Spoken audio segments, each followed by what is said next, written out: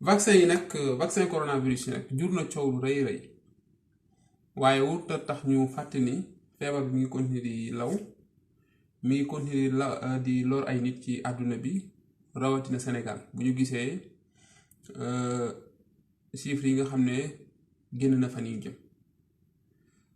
mbokk yi tey dañu bëgg a waxtaanee vaccin bi nga xamante ni bii vaccin yi nga xamante ni bii sax la ñuy wax ñu ngi ko jëmale ci coronavirus te mu jur ay coow yu rëy rëy te bëgg nañ ci tey waxtaan ci joxe ci wàllu science ci yu bare bari naka lañ def ba taxawal vaccin bi gaawaay bi mu gaaw ak yeneen yoo xamante ni bii day laal wàllu économique yu demee noonu donc balaa ñu commencé dañuy fàttali rek ni coronavirus bii dafa bokk ci famille coronavirus yi nga xamante ni bii ñëwoon nañ fi ci atum 2003 defoon pandémie épidémie fële ci Chine ñëwaat ci atum 2012 def benn épidémie ci Moyen-Orient daal di fa faatoon ay nit yu bari bi ñu ñëwaatee nag dafa ñëwaat ci beneen forme boo xam ne jéye bi mu def mu ëpp doole coronavirus boobu moyens yi dañ koy moyen de contamination ni muy wàllantee dañ koy fàttali ci wàllu noyyi la ak wax ndax nit ñi bu ñu wax wala ñu noyyi am na luy génn ci seen gémmiñ di ay toq yu ndaw yoo xam ne duñ ko gis ci foofu lay jaar ñeneen ñu noyyi ko mu wàll leen wala ñu laal fenn teg seen loxo feneen keneen ñëw teg fa loxoom mu wàll ko kon loolu moyen de contamination yi yooyu lañ ci mën a jàpp ñi mu daal tamit nañu xam ne dafa am ay signes yoo xam ne boo koy commencé yëg war nga sa xel war na commencé dem ci kër docteur ngir ñu saytu la bokk na ci yaram buy tàng ngay sëqët bu wow ngay sa cafka yi di soppeeku ak li nga xamante ni bi daf lay xeeñ sa yaram di metti ak yeneen signes yoo xam ne mel na noonu heure bu la yu mel noonu dalee wala mu dal koo xam sa xel na dem kër docteur loolu moo tax nag ñu tëral ay mesures barrières ngir bañ wàllante bi mesure barrière boo ko déggee mooy maanaam lépp loo xamante ni bii day dox sa diggante ak ki nga xam ne am na feebar bi wala amu ko loolu bokk na ci soriwante ci bu ñu wax wala bu ñu jëflante lu mat mètre ak lu ko moytu dajaloo yi mel ni ngénte ceet dëj yëg yu demee noonu moytu ko ndax nit ñi fu ñu gën di bëri bu fa ñu am coronavirus amee bu ñu noyyee wala ñu wax lu yàgg air bi atmosphère bi day contaminé de ce fait léegi ñeneen ñi bu ñu nooyee rek am nañu sens bu mag a mag ñu nooyi virus bi loolu moo tax ñu tere dajaloo yi takk masque bi tamit loolu tax ñu takk ñu digle ko ndax nit ki bu amee coronavirus su nooyee day tax virus bi li waroon a génn day wàññeeku ba du mën a àgg ci yeneen nit ñi yow tamit boo ko amul boo ko takkee nit ki bu nooyee bu virus bi naroon dugg ci sa li ngay nooyi ci masque bi lay takk moo tax nag war nañu taxaw ci qualité masque bi ak ni ñuy takkee masque bi ndax masque yi bu fekkee dañ koy takk rek pour takk ko pour policiers yi wala pour gendarme yi day nekk loo xamante ni bii lu doy waar la kon nañu bàyyi xel bu baax a baax que ni masque yi dafa am qualité am aussi ni ñu koy takkee te muy war a jaar yoon loolu moo tax état yi ak élus yi war a jàppale ñi nga xamante ni bii ay askan wi lañ ngir ñu am ay masque yu baax continuer di leen jàngal ni ñu koy takkee ndax masque yi bu ñu ko takkul bu baax du am njëriñ loolu la mais raxas loxo tamit ndax da ngay gis nit ñi bu ñu demee fenn ba ñëw dañu war a teg li ñu jëlee woon surtout bu ñu demee ci mbooloo ba ñëw teg li ñu yoroon raxas seen loxo ngir lépp loo xam ne bii nekkoon na ci seen loxo te xamuñ ko ñu mën ko dindi donc loolu la woon ñàkk yi nag dañ ci bëgg wax tey liñ ci jublu mooy leeral indi ci ay leeral indi tontu ci yenn ci laaj yi nga xamante ni bii dañ koy dégg day ñëw ci lu baree bari liñ ci jublu nag mooy fexe ba nit ñi gën a jox feebar bi gëdd waaye tamit gën a xam bu baax a baax lu bari ci li nga xam ne bii mooy feebar bi lan mooy vaccin dañuy dugal lu ñuy wax un antigène vaccinal maanaam dañuy jël loo xam ne dafa bokk ci virus bi wala ci bactérie bi wala nangam mais comme fii virus lañ nekk dañuy jël loo xam ne dafa bokk ci virus bi dugal ko ci yaramu doomu aadama li ñuy wax système immunitaire di ay soldaaru yaramam xàmmee ko bàyyi ko xel comme ça bu li nga xamante ni bii moom mooy virus bi ñëwee mu teel koo xàmmee faagagal ko loolu mooy vaccin. léegi nag lan moo tax loolu moo tax d'ailleurs sax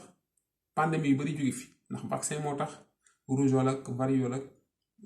yu baree bari dañ koy dégg rek ñun xamuñu ko ndax balaa ñu juddu ay vaccin ñëw nañ ba nit ñi seen yaram mën a xeex ak jàngoro yo ba amatu fi kon vaccin moo tax yooyu yëpp amul. lan moo tax tey ñu war a wax ci vaccin bu Covid-19 dafa am technologie bu bees technologie boo xam ne ni ñu daan utiliser ni ñu daan defaree vaccin ak ni ñu defaree bii bokkul bii mooy première fois ñu defaree noonu vaccin moo tax question yi bari ci nit ñi di ci interroger wu nit ñi di samp ay laaj yu baree bari te nit ñi tamit am ay laaj yoo xam ne amuñu ay ñu leen ko tontul ndax peut-être ñiy tontu làkk yi ñuy wax ñoom dégguñu ko wala ñi nga xam ne war nañu tontu wuñ. Coronavirus am na lu toll ci juróom-benn fukk ak juróom ci ay vaccin yoo xam ne yi actuellement ñu ngi leen di defar ngir ñu aar nit ñi ci coronavirus juróom-benn fukk 65 ci 65 yooyu am na 15 yoo xam ne rek romb nañu phase 2 phase 2 mooy maanaam commencé nañ ko essayer ci nit ñi ci lim bu ndaw kon fukk ak juróom yooyu commencé nañ agsi nañ phase 2 ci nag fukk ak juróom yooyu am na juróom yoo xam ne moom agsi nañ phase 3 phase 3 mooy maanaam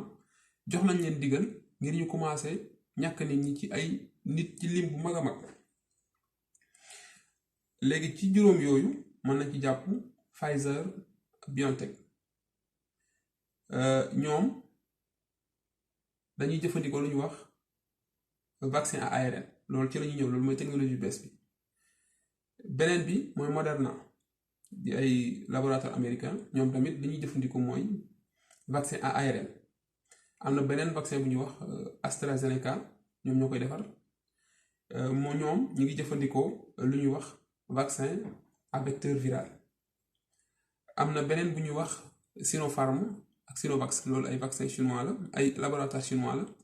ñoom ñu ngi jëfandikoo lu ñuy wax vaccin à protéine recombinée yeneen yëpp xamoon nañ leen mais bi ñu xamul woon mooy vaccin à ARN messager loolu lañ xamul woon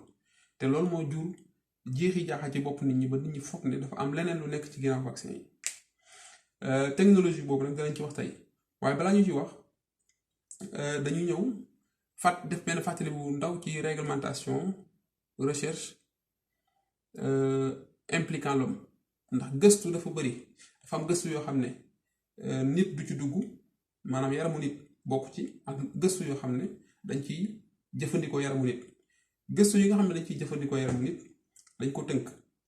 tënk ba nga xam ne lépp luñ ci def ñoo koy bokkale ci àdduna bi yëpp loolu nag mi ngi am ginnaaw 1947 bi ñu defee li ñuy wax procès de Nuremberg 1947 dañu àtte ay médecins yoo xam ne ci Allemagne ci biir deuxième guerre mondiale bi dañoo jàppoon ay juif di essayer ci ñoom ay garab di defar ay garab di ko essayer ci ñoom di defar ay ñàkk di ko essayer ci ñoom di xool ndax dina baax du baax te ñooñu ay prisonniers lañu woon lu ëpp 10 000 personnes bi loolu jeexee nag lañ ko xam ñu jël ñooñu àtte leen biñ leen àttee ci lañ def lu ñuy wax le protocole d'Helsinki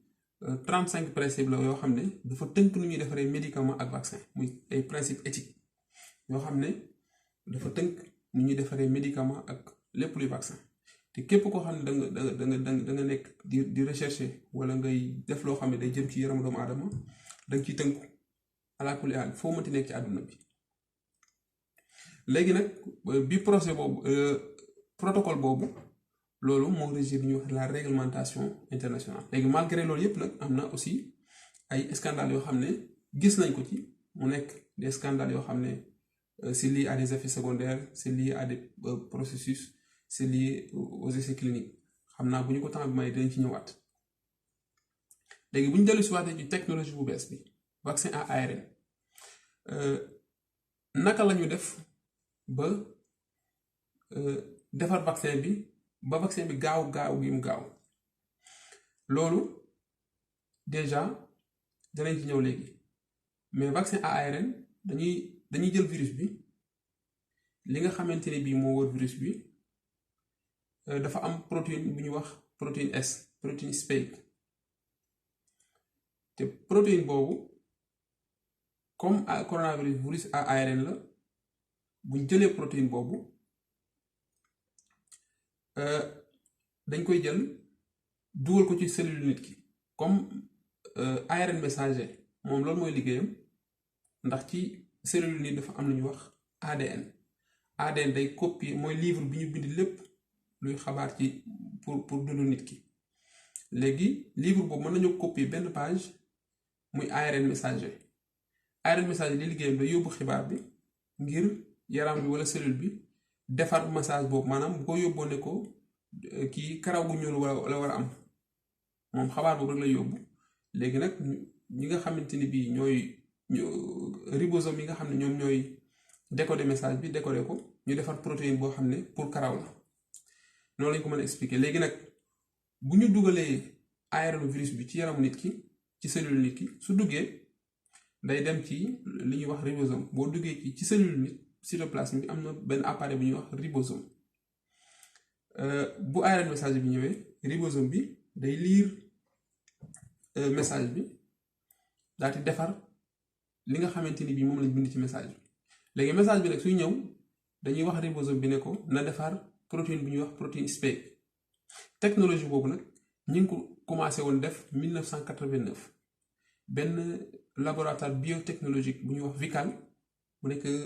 Californie moo ko njëkkoon def moo njëkkoon réussir jël ARN messager dugal ko ci cellule nit defar ay daal koy defar di ci defar ay protéines année bi ci topp 1990 université bu Wisconsin daal di def benn liggéey boo xam ne day wane ne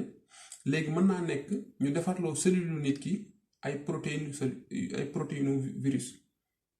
au lieu que léegi après ñuy jël virus atténué di ko dugal ci nit ki directement mën nañoo defarloo cellule nit ki ay protéines virus bi comme ça nga xam ne dañuy wax cellule nit ki mu defar ay protéines yoo xam ne c'est dirigé moom mooy doon antigène virus bi nga xam ne système immunitaire bi day commencer léegi di produire ay anticorps di xaar kii bi virus bi technologie boobu donc moom mooy lu bees mu nekk technologie boo xam ne aussi bu ñaw la ndax li tax mu nekk bu technologie bu ñaw a ñaw dafa nekk lu bees musul am bi mooy premier vaccin bu ñu ko mës a def léegi nag lu tax mu gaaw lan moo tax vaccin bi gaaw parce que chercheurs yi ko defar ñoom commencé wuñ à zéro bi ñu ñëwee janvier 2020 déjà amoon nañ principe actif vaccin yi waa Moderna ak waa Pfizer amoon nañ principe actif maanaam bi coronavirus bi commencé dañoo dem directement ci li chercheurs yi defoon 1989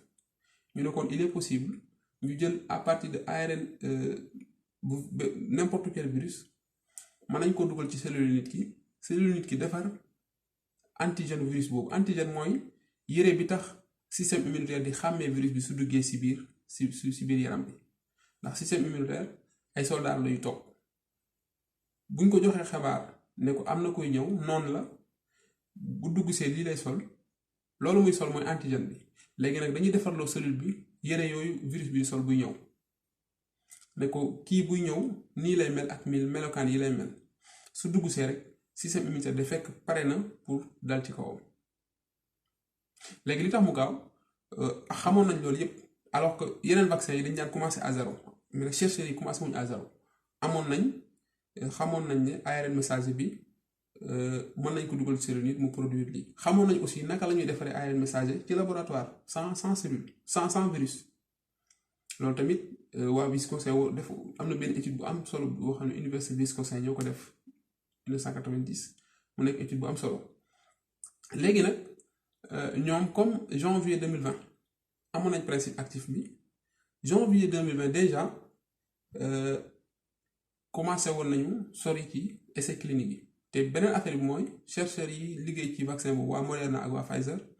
dañuy def lu ñuy wax superposition des essais cliniques dañuy superposer essais cliniques yi parce que essais cliniques yi da nga daan essayer ci fii par exemple def li ngay def laboratoire ba pare def li ngay def ci mala yeeg yooyu doog a dem essayer ci nit léegi ñoom comme amoon nañ principe actif bi dañuy def superposition des essais cliniques léegi nag superposition ni ñu leen tegalante noonu moo tax ñi nga xam ne ñooy joxe autorisation yi, parce que boo paree essai clinique bi da ngay jàll ci beneen, da ngay autorisation jàll ci beneen. léegi nag ñi doon joxe autorisation yi ñoom dañ doon joxe autorisation yi en fonction disponibilité résultat yi. c'est-à-dire que comme pandémie la te que nit ñi jaaxle nañ soxla nañu kii, dañu ne léegi rek dañuy def autoriser bépp étude boo xam ne bépp essai clinique boo xam ne pare na. donc loolu moo indi gaawaay bi en fait, parce que chercheurs yi sukkandiku woon nañ ci loo xam ne defaroon nañ ko 1989 mu nekkoon technologie bu am solo. donc loolu mooy li nga xam ne moom la ñu bëgg expliquer ci technologie boobu. léegi nag am na ñoo xam ne dañu bind ay laaj yooyu c'est des questions scientifiques dina ci jëm a tontu. bi ci njëkk mooy la durée de protection du vaccin. vaccin bi ñaata durée lay protéger nit ñi, loolu ba tey amul benn étude bu ci wax. cela veut dire que benn étude bi ko defagum wane na ni daal vaccin bi nga xam ne Moderna def na ko bu fii ak 90 jours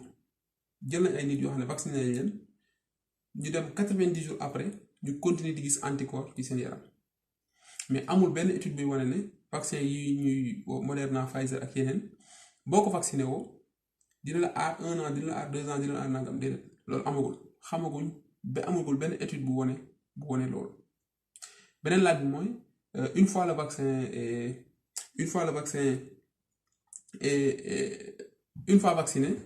peut-on être porteur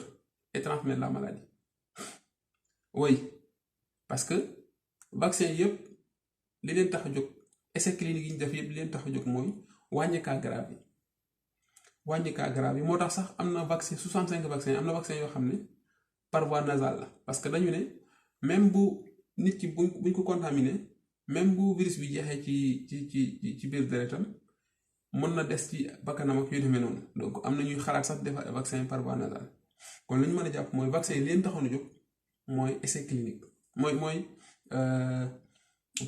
protéger nit ñi ci forme grave yi nga xamante ni bii mooy tax nit ñi dee. donc loolu mooy objectif bu mag bi nga xam ne moo tax ñu def vaccin yi. beneen bi mooy ndax am na ay effets secondaires. loolu moom jarul sax laaj, vaccin yi am ci àdduna bi yëpp day am effet secondaire. li indi effet secondaire mooy système immunitaire kenn bokkule woo ak sa morom. loolu moo tax sax ñu bëri dañu ne vaccin warul am ndax nit ñi tolloowuñu système immunitaire. léegi buñ la dugalalee dara lu bees sa yaram, sa système immunitaire ni muy réagir ak kee bosam ni muy réagir bokkul. ñii seen yaram day tàng bàyyi, ñii dañuy gëmmentu tuuti, wala ñii dañuy seen xel day tey tuuti, wala ñuy wàcc tuuti, ainsi de suite. man xam dëkk naa ku vacciné wu samedi passé, bi mu ñëwee fi ñu ko vacciné moo doon métti, vaccin corona bi fi ñu ko vacciné moo doon métti. après le lendemain dara kiiwatul. da ngay gis koo xam ne nag yaram mën a tàng une semaine wala yu demee loolu mooy effet secondaire. vaccin yëpp am effet secondaire, vaccin boo def ci àdduna bi ba ci vaccin yi nga xamante ni bi dañ koy def liir yi nga xam dañuy doog a judd, donc yëpp am effet secondaire. léegi nag moo tax état yi dañuy jël dogal nit ñi nga xam ne ñoo war a jël vaccin yi ak ñi ko wut a jël. loolu ay décision la yoo xam ne c'est des décisions politiques. état mooy man tranche d'âge bi laay vacciné, ñii laay vacciné, ñooñu nag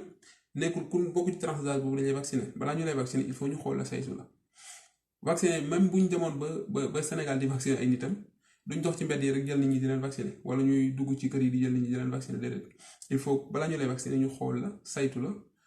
xool ndax yow war nañ la mën a vacciné, ndax amul leneen lu tax waruñ la mën a vacciné, waaw wala déet. donc loolu la. beneen laaj bi mooy ndax ARN messager bi ma wax buñ ko dugalee ci cellule nit ki ndax mënul modifier ADN bi. loolu dafa nekk laaj yoo xam ne bu am solo la, ndax déglu naa ay nit ñoo xam ne def nañ vidéo nee nañ ARN messager boobu su duggee ci cellule nit ki da koy soppi, alors que du ko soppi, c'est pas possible. ARN messager bi ñi nga xamante ni bii def nañ tuuti biologie cellulaire dinañ xaw a comprendre. ARN messager copie ADN la.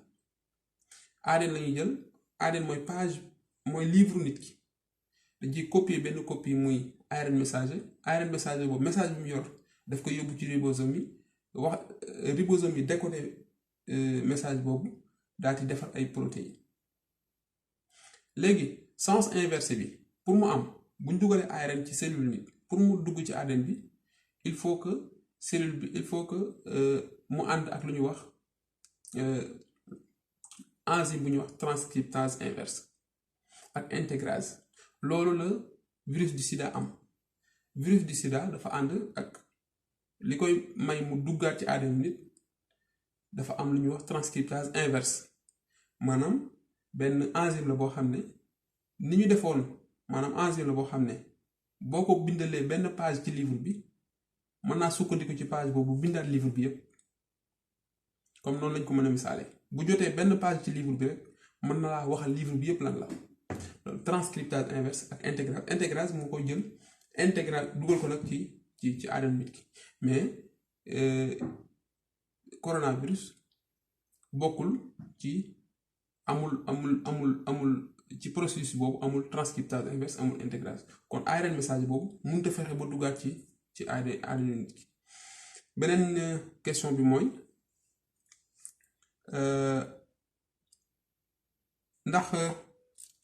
ndax possible na par exemple est-il possible que le coronavirus entraîne une infertilité chez les femmes? Bon, les études que nous avons parcourues et les études qui sont parues ont montré que par exemple les anticorps induits par la vaccination des différents vaccins produits pour le coronavirus ne sont pas dirigés contre les protéines humaines. Donc, cette hypothèse, non. Maintenant, certains pays ont dit ils ne vont pas vacciner telle tranche d'âge, ils ne vont pas vacciner les femmes, ainsi de suite, et telle tranche d'âge, ainsi de suite. Mais amul benn étude boo xam ne wane na dangerosité boobu ci études yi nga xam ne lire nañu ko léegi nag bii les vaccins Pfizer et Moderna ont-ils des adjuvants? Adjuvant mooy yi ñu yokk ci vaccin yi ndax da ngay dégg ñu ne vaccin bi dañ ci yokk puce dañ ci yokk lii dañ ci yokk benn liquide boo xam ne nangam dañ ci yokk puce boo xam ne foo dem da lay tracé day xam foo nekk day dem ba ci yàgg mu arrêté la sa xel dootu fonctionner yooyu dégg ngeen ko ndax adjuvant yooyu vaccin Pfizer ak Moderna am nañu ko alors vaccin à ARN yi amul dara loo xam ne bii dañ ko ci yokk comme adjuvant ndax processus bi ñu ko defaree la liñ ci def mooy ARN messager bi def nañ ko ci benn nanoparticule léegi nanoparticule boobu la nit ñi di wax nanoparticule boobu ce sont des éléments des particules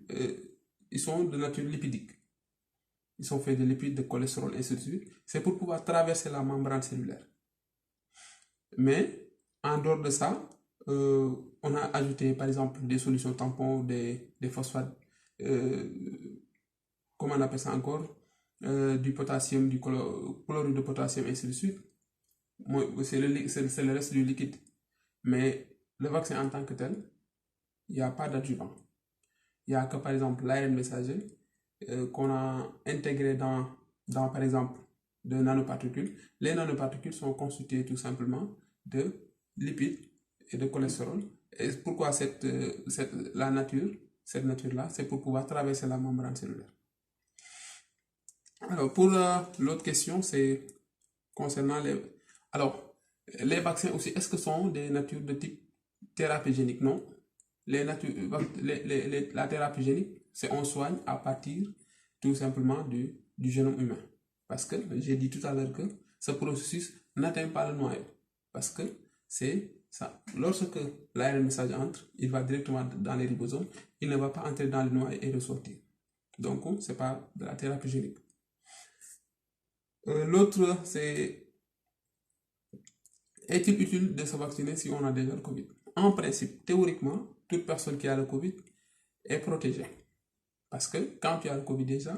le système immunitaire développe des anticorps. Mais là aussi, certains pays sont divisés. Certains pays, on dit qu'ils vont vacciner tout le monde. D'autres disent que maintenant, ils vont vacciner que les gens qui n'ont jamais rencontré la Covid.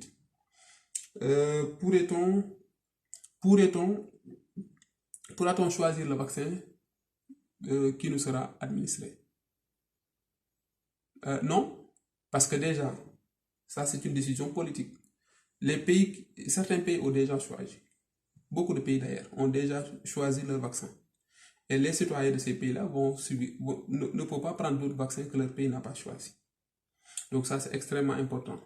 Par exemple, le Sénégal, s'il prend le vaccin chinois, ou bien s'il prend le vaccin Pfizer ou Moderna, les citoyens ne peuvent être vaccinés que pour cela. Donc, il n'y a pas un très grand choix qui se fera. Voilà. Donc, une personne vaccinée a-t-il toujours besoin de porter un masque? Oui. Pour les vaccins qui sont disponibles, les études qu'on a montrées, même si tu es vacciné, tu dois continuer à porter un masque. C'est pourquoi c'est au bénéfice du doute. Parce que l'efficacité des vaccins, c'est à 90 voire 95%. Donc, les 5% qui restent, on ne sait pas. Donc, quand on dit efficacité 95%, c'est-à-dire quand on met un vaccin, par exemple, 100 personnes, 95 sont protégées. Mais rien ne dit que vous n'êtes pas dans les 5%. Donc, c'est pourquoi il est indiqué de porter un masque pour se protéger et protéger les autres. Mais de toute façon, des chercheurs continuent à travailler sur ça, à travailler vraiment sur les anticorps, sur comment ils vont, comment on va faire pour que les gens, pour faire une étude, pour voir est-ce que les gens vont continuer à produire des anticorps. Et maintenant, parce qu'il y a les muqueuses nasales, par exemple, le virus qui est déjà ici dans les narines, ne seront pas concernés par le vaccin parce que le vaccin circule dans le sang. Voilà. Donc c'est ça. C'était ça les questions scientifiques. On va faire un petit concernant les questions politiques. Parce que le vaccin a un coût. Par exemple, le vaccin a un coût. Si vous voyez le vaccin, par exemple, les producteurs n'ont pas dit le vaccin tel prix. Mais certains pays ont fixé des prix. Par exemple, le Royaume-Uni a proposé des prix. Et si vous regardez les prix, ce n'est pas aussi facile. Par exemple, le vaccin de Moderna est à 1200 par exemple. 1200 francs. Le vaccin AstraZeneca, c'est 1200. Le vaccin de Moderna est à combien encore? À 9100. Le vaccin de Pfizer est à 8100 francs l'unité. Et si lors de la présentation de la stratégie nationale de vaccination, le ministre de la Santé du Sénégal a dit que le Sénégal a prévu jusqu'à 380 milliards de francs CFA pour cette campagne. 380 milliards de CFA. Maintenant, la question qui se pose, c'est que est-ce que ce Covid-19 va mettre en place 380 milliards pour des vaccins dont la durée de protection n'est pas garantie? Donc, est-ce qu'il ne faut pas aller mettre cet argent dans l'équipement des centres hospitaliers, la création de centres de réanimation, ainsi de suite, et autres? Parce que aussi, en plus de cela, certains vaccins ont des problèmes de conservation. Des vaccins, par exemple, de Moderna et Pfizer, se conservent entre moins 20 et moins 70 degrés. Et quand nous connaissons au Sénégal, quand on vaccine, il y a les glacières. Le glaciaire ne peut même pas faire 0 degré. Le glaciaire ne peut même pas faire 0 degré, souvent à l'intérieur. Donc ça pose un problème de conservation. Et on n'a pas les moyens. Dans les zones rurales, tu vois qu'il n'y a pas d'électricité. Dans certaines zones, même à Dakar, ça pose problème de voir un conservateur qui peut faire moins 70 degrés pendant une semaine, 2 semaines, sans interruption. Donc, ça va poser un problème. Maintenant, on va faire juste un petit rappel. Un petit rappel sur la mortalité entre la COVID et les autres maladies. Parce que la COVID, actuellement, on est à 95 millions. 95 millions de contaminés dans le monde. Sur les 95 millions, on est à 2 millions de décès. Par exemple, le Sénégal est dans les 23 000 contaminés et dans les 536. Donc, ça c'est pour le Covid. 95 millions mondial, au niveau mondial et 2 millions de décès au niveau mondial. Au Sénégal, on a 23 000 cas et 536 décès. Maintenant, si vous regardez par exemple les données sur les pathologies, sur les maladies, sur le cancer, par exemple. Le cancer, si on vient au Sénégal seulement, chaque année, on a presque 6 000 décès par année. 6 000 décès par année. Cela veut dire que le cancer tue plus que la Covid au Sénégal. Parce que la Covid vient de boucler une année partout presque dans le monde.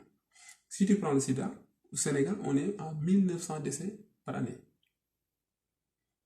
Et si tu prends le paludisme, ça varie, mais la moyenne c'est 300 décès par année.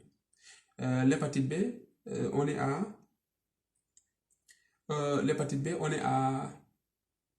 par exemple,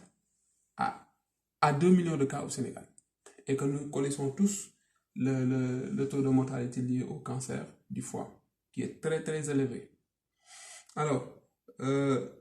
maintenant, au vu de ces chiffres, il y a certaines qui posent des questions sur la pertinence du vaccin. Maintenant, cette pertinence, au vu de ces chiffres, sera difficilement démontrable. Nous avons fait ça pour expliquer. Alors, c'est pertinent de mettre autant d'argent, comme l'a annoncé le ministre, 380 milliards dans la Covid, alors que d'autres maladies, si vous faites l'addition du sida, du cancer, ainsi de suite, du paludisme, de l'hépatite B, la Covid ne pourra jamais les atteindre. Donc, est-ce que rationnellement, on doit mettre autant d'argent pour un vaccin dont la durabilité, vaccin bu nga xam ne boo ko ñàkkoo mënuñ laa wax kañ la mën a protéger ba kañ la mën a protéger donc loolu day poser benn problème.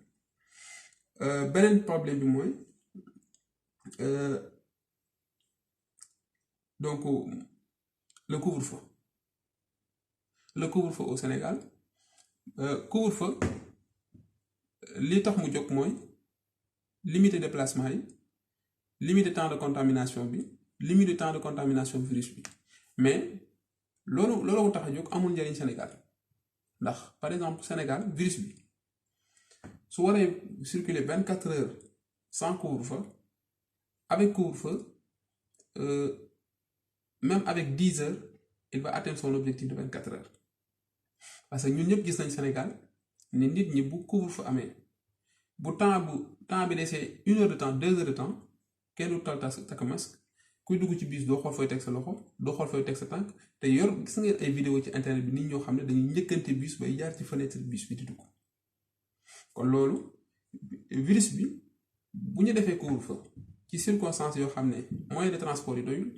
yoon yi ñu tëj dafa bëri parce que y a des travaux ak démographie bi fi mu toll kon da ngay gis ne couvre-feu bu ñu ko defee virus bi 30 minutes yooyu wala 1h30 yooyu nga xam ne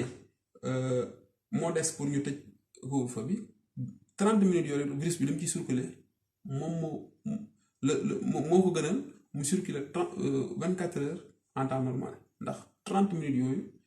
il a toutes les opportunités nit ñi dootuñu bàyyi xel mën ngaa tufli sax nit jóge ci du ko bàyyi xel foo teg sa loxo teggi keneen moo fay teg loxo nga gis bus yi ak kii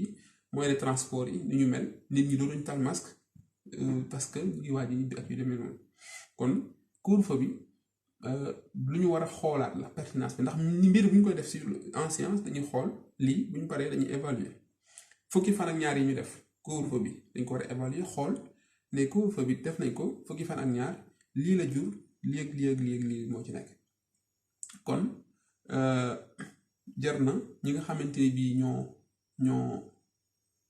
ñoo yor wér-gu-yaram ci Sénégal ñu gën a xalaat ci naka la ñuy def pour gën a xeex mbas mi te loolu nag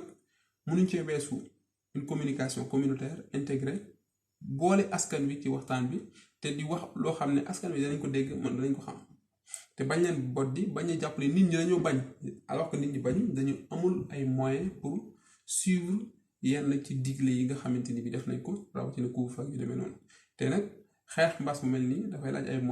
moyens techniques nit ñi il faut ñu am ay masques yu baax ndax xool leen masque chirurgical mooy masque hôpital yooyu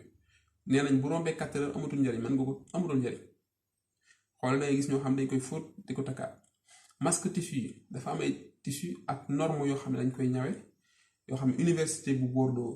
moo ko defaroon bi ko ci demande OMS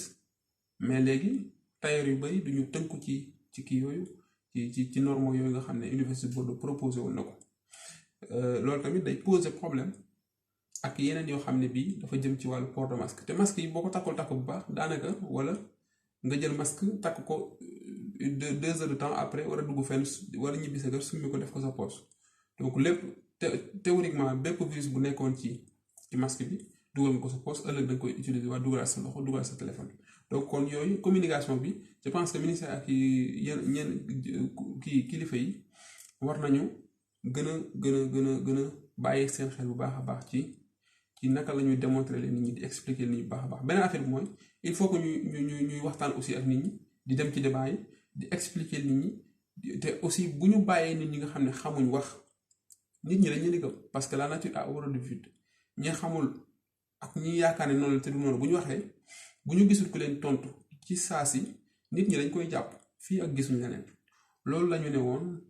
tey bëgg nañ ko waxtaanee seen mbokk Ndiouga Ba nekk doctorant en médecine université Ziguinchor di étudiant en santé publique fii ci France maa leen di sant di leen gërëm.